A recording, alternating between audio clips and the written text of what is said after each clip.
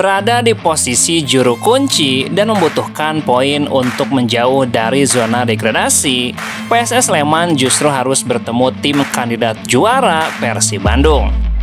Menghadapi laga penting, PSS Sleman dipastikan tidak diperkuat pemain kuncinya saat bertanding di Stadion GBLA. Pelatih kepala PSS Sleman, Peter Hoekstra, menunjukkan jika semangat dan optimisme tinggi jelang pertandingan penting menghadapi Persib. Sudah kami ketahui Persib tentu punya banyak pemain bagus.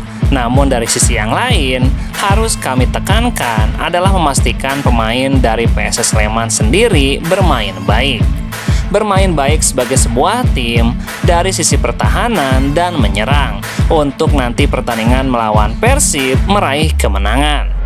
Di sisi lain, PSS bertolak ke kota Bandung dengan hanya membawa 20 pemain. Beberapa punggawa penting seperti Kleberson, Betinho, dan Abdul Lestaluhu tidak dibawa ke Bandung karena dibekap cedera. Sementara sayap kreatif PSS Sleman, Rico Simanjuntak, tidak bisa bermain karena akumulasi kartu kuning. Kami tahu saat berada di situasi seperti ini tidak mungkin mendapatkan sisi positif. Hal ini tentu saja mempengaruhi mentalitas para pemain. Saya merasakan ketika datang ke sini, mental para pemain sangatlah menurun. Namun sekarang para pemain sangat mau bekerja keras, menikmati latihan, serta mereka terus berupaya meningkatkan kualitas permainan. Saya senang saat ini para pemain mengalami perbaikan. Para pemain juga sudah sangat kompetitif dalam bertanding. Dan tentu saja hal tersebut tidak cukup. Hal yang paling penting yakni mendulang poin dan kemenangan tuntasnya.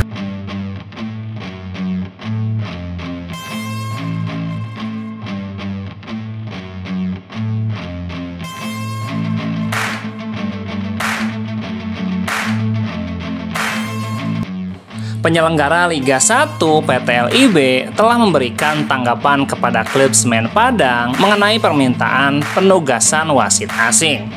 Sebelumnya, manajemen Semen Padang melakukan kunjungan ke kantor PT LIB di Jakarta untuk menyampaikan saran tentang penggunaan wasit asing pada pertandingan-pertandingan penting di setiap pekan Liga 1. Direktur PT LIB Ferry Paulus mengatakan bahwa pihaknya terbuka menerima saran yang diajukan oleh manajemen Semen Padang.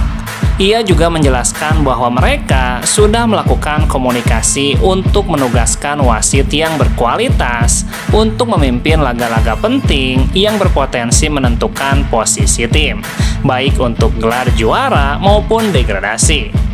Ia pun menekankan bahwa di bawah kepemimpinan Ketua Umum PSSI Erick Thohir, perkembangan signifikan telah terjadi dalam kompetisi sepak bola Indonesia. Perubahan ini sangat signifikan termasuk dalam penyelenggaraan pertandingan Liga 1.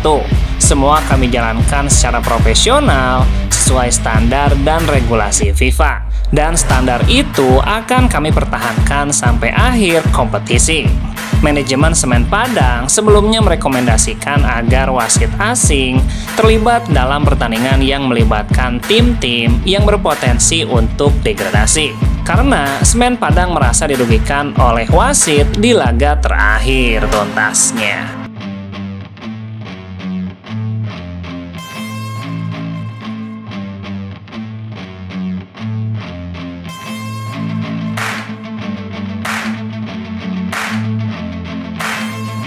Pelatih PSM Makassar, Bernardo Tavares, mengungkapkan kekecewaannya mengenai penjadwalan pekan ke-30 yang menurutnya tidak manusiawi dan penuh ketimpangan. Kritik itu disampaikan pelatih asal Portugal ini dalam konferensi pers jelang laga kontra Bali United. Tavares kecewa karena PT LIB menolak permohonan perubahan jadwal yang diajukan PSM. Padahal selain berlaga di Liga 1, timnya juga sedang bertanding di ASEAN Club Championship. Dia mempertanyakan alasan Madura yang juga berkompetisi di ajang internasional mendapatkan kelonggaran jadwal, sementara PSM tidak. Jika mereka mengganti jadwal untuk tim Madura yang berkompetisi di internasional, kenapa kami tidak? Kenapa kami tidak mendapatkan perlakuan yang sama? Kami juga berkompetisi di kompetisi internasional. Jadwal yang dihadapi PSM memang terbilang berat. Dalam 10 hari, mereka dijadwalkan melakoni 3 pertandingan di 2 negara berbeda. Kami menghabiskan sehari di perjalanan. Pemain-pemain ini bukan mesin. Tavares tidak hanya mempersoalkan jadwal, tetapi juga menyoroti kurangnya penghargaan terhadap kontribusi PSM bagi sepak bola Indonesia. Lihat siapa yang di musim lalu yang memberikan poin lebih banyak di persepak bolaan Indonesia. Kami harus mendapatkan respek. Siapapun orang yang membuat keputusan ini, mereka tidak layak berada di tempat sekarang, tuntasnya.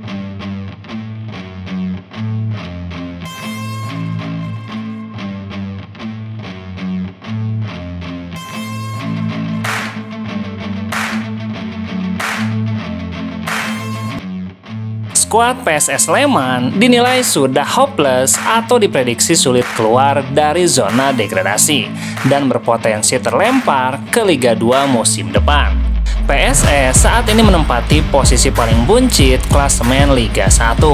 Super Elja akan menghadapi pertandingan berikutnya melawan tuan rumah Persib Bandung di Stadion GBLA. Pelatih Persib Boyan Hodak enggan berkomentar soal rumor yang menyebutkan skuad PSS sudah hopeless atau kehilangan harapan. Itu saya tidak tahu, itu bukan urusan saya, karena itu bukan klub saya tidak bisa berkomentar soal itu.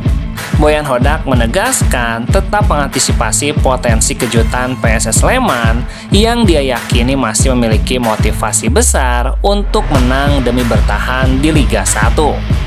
Karenanya Boyan tidak akan melakukan rotasi dan tetap menurunkan skuad terbaik saat menghadapi PSS.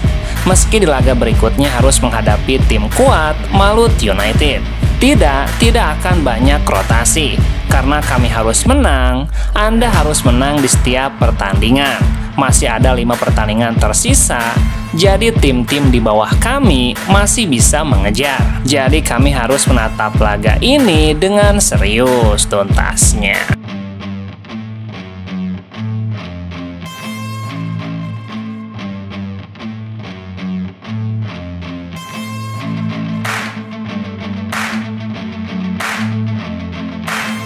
Secara mengejutkan, Dewa United terpeleset kalah 1-2 dari Malut United. Bermain di Stadion Pakansari Bogor sebagai tuan rumah, Dewa United unggul lebih dulu lewat Egy Maulana Fikri pada menit ke-43. Namun Malut United tidak bisa dipandang sebelah mata. Tim asuhan Imran Nahumarudi tersebut sukses membalikan keadaan lewat gol Yakob Sayuri pada menit ke-63 dan gol Meneses pada menit ke-76. Dengan kekalahan Dewa United ini, Persib Bandung dipastikan semakin kokoh di puncak klasemen dan dipastikan meraih juara musim ini jika mampu menangi 2 laga. Persib masih punya 1 pertandingan menghadapi PSS Sleman pada Sabtu 26 April. Jika Persib mampu mengalahkan PSS Sleman, maka Persib hanya tinggal meraih 1 kemenangan lagi untuk memastikan gelar juara musim ini. Saat ini 99% Persib sudah dipastikan juara. Hanya tinggal menunggu waktu saja, tuntasnya.